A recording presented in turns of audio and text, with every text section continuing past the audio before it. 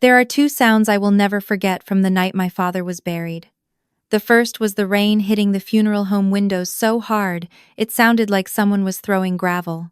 The second was my brother's voice, steady and rehearsed, telling every person in that room that I had stolen from our father while he was dying. I was 23 years old. I had driven 14 hours from Nashville the moment I got the call that my father's condition had worsened. I hadn't eaten. I hadn't slept. I had a coffee stain on the only black dress I owned, and I was standing in the back of a room full of people who suddenly couldn't look at me. I didn't know what was happening at first. I noticed it slowly, the way you notice the temperature dropping before a storm. An aunt who had always hugged me walking past without stopping. My mother's best friend turning her back when I reached for a cup of water at the refreshment table. My cousin whispering to her husband and then glancing at me with something I can only describe as pity mixed with disgust. It wasn't until my uncle pulled me aside, gently, like he was handling something that might break, that I understood. He told me that my brother Derek had spoken to the family before the service. He told me what Derek had said. That over the past 4 months, while our father was in hospice care, I had been making withdrawals from our father's savings account. Small amounts at first, then larger ones. According to Derek, I had taken nearly $11,000 from a man who couldn't speak for himself anymore. I stood there in that room full of people who had watched me grow up, and I felt the floor tilt under my feet. None of it was true. Not a single word. But by the time I could form a sentence, by the time I could even breathe again, my mother had already made her decision. She found me near the coat room, and she spoke quietly, the way she always did when she wanted to say something cruel without sounding cruel. She said she had spoken to the bank. She said Derek had shown her records. She said she didn't want a scene at her husband's funeral, and that the kindest thing I could do for this family was to leave and give everyone time to process. I asked her if she believed him. She didn't answer. She straightened the lapel of her jacket and walked back to the receiving line. My brother was standing across the room. He watched me pick up my coat. He watched me walk to the door. And when our eyes met, there was nothing on his face that looked like guilt. There was something closer to relief. I drove back to Nashville that same night, in the rain, with no answer to a question I had never been asked. For the first 2 years, I waited for someone to call. I waited for my mother to dig deeper, to ask questions, to look at the actual account history and realize that the withdrawals Derek described didn't match anything real. I waited for an aunt or an uncle to reach out, for anyone in that room to wonder whether they had moved too fast. I left my phone on the nightstand every night like it was an obligation. Nobody called. What I know now, what I have had 6 years to understand, is that people don't always want the truth. Sometimes a family needs a story that explains a painful thing, and the story they choose is rarely about the person with the most power in the room. Derek had always been the one my mother believed without question. He was the one who stayed local, who came to Sunday dinners, who remembered birthdays and called just to check in. I was the one who had left for college and then stayed gone. I was already the easier choice. I built a life in pieces. I finished my teaching certification. I got a job at an elementary school in East Nashville, 3rd grade. I learned to make my apartment feel like home with secondhand furniture and plants that I kept alive through sheer stubbornness. I had a colleague named Renata who became my closest friend, who knew the shape of what had happened and never once tried to fix it with a silver lining. She just sat with me in it, which was the only thing that ever helped. I didn't talk about my father much. When I did, it was in the past tense, wrapped in the fact of his death rather than the fact of everything that came after. It felt cleaner that way, safer. I thought about him, though. Late at night, or on Sunday mornings when the city was quiet and I'd make coffee and sit by the window, I thought about him. My father had been a man of very few words. He worked 30 years as an electrician in a small Georgia town called Millbrook, and he expressed love primarily through acts of maintenance. He fixed things. He showed up. When I was in middle school and my bicycle tire went flat, he drove 40 minutes to bring me a new inner tube during his lunch break and said only, "You should learn to do this yourself," while he showed me exactly how. That was him. That was the whole of him. And I missed it in a way I couldn't always name. I didn't let myself think about whether he had believed Derek's lie too. That particular question was a door I kept closed. The fall of my 6th year away. I was doing what I always did on a Thursday evening, sitting at my kitchen table grading spelling tests, and listening to the rain when I heard a knock at my door. I wasn't expecting anyone. Renata was out of town visiting her sister. I looked through the peephole and saw a little girl standing in my hallway.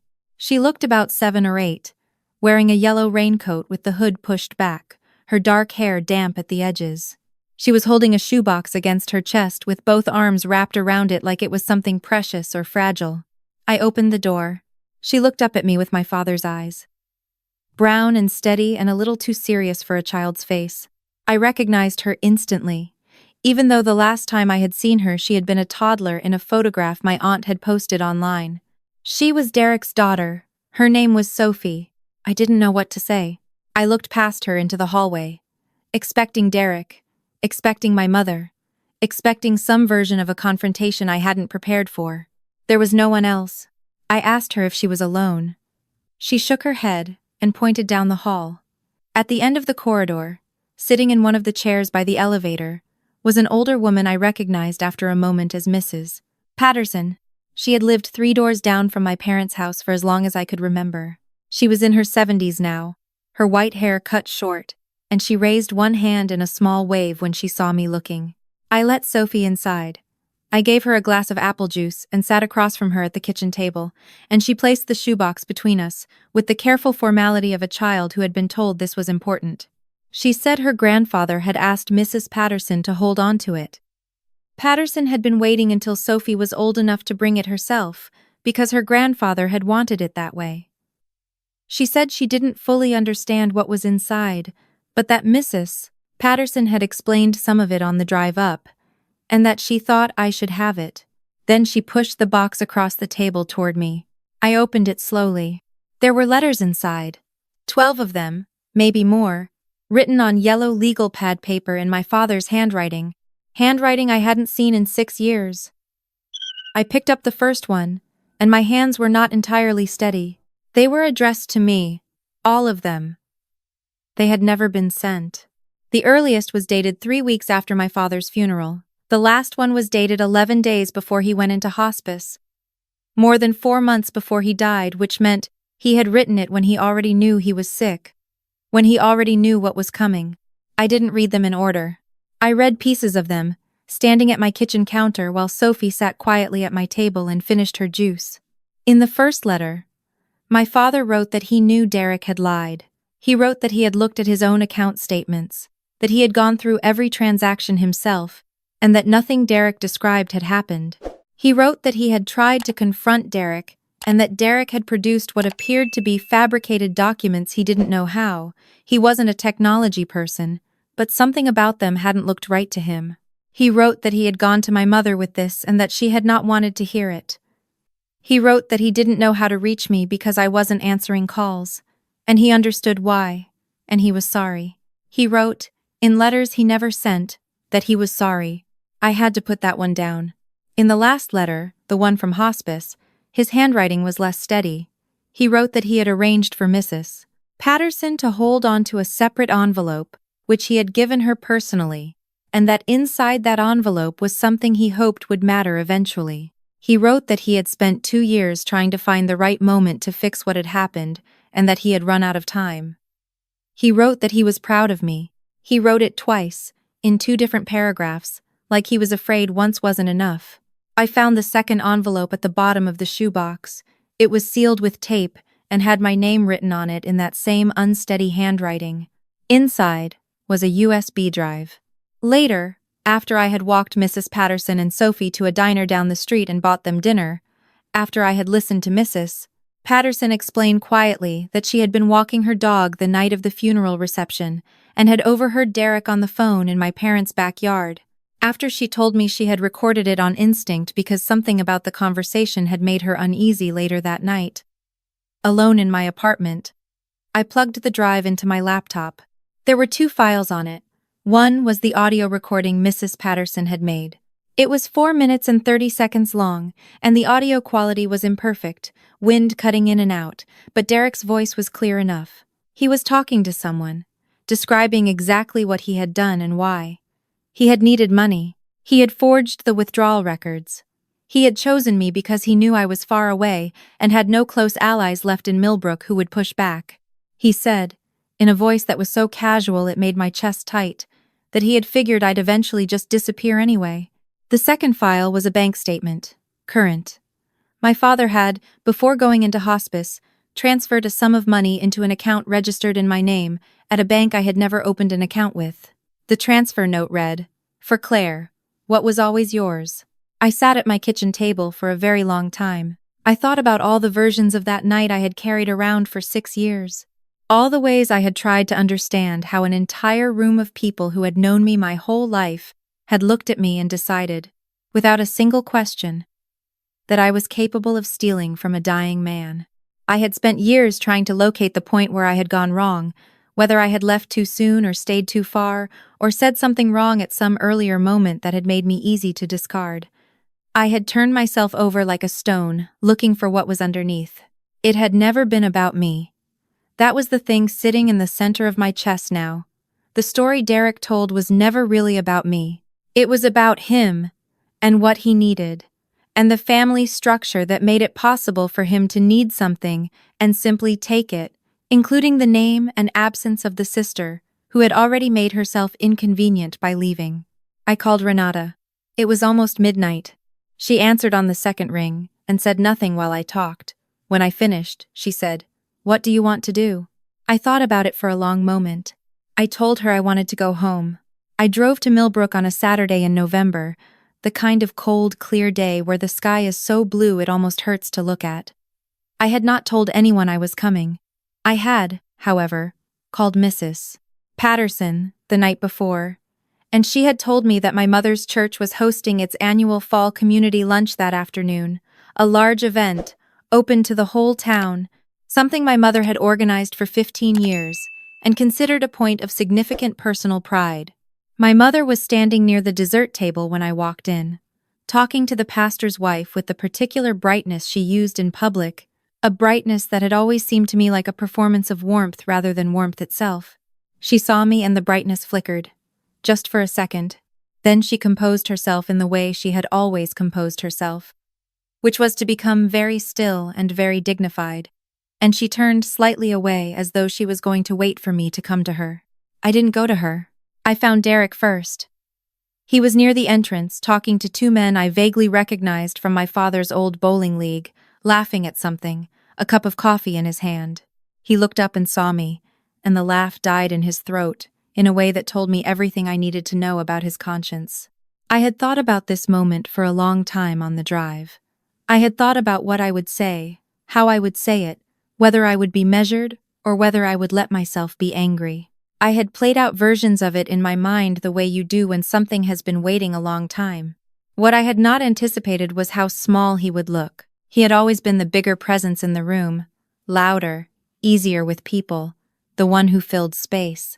Standing there watching me walk toward him, he looked the way people look when they realize they have been caught at something, and there is no longer anywhere to go.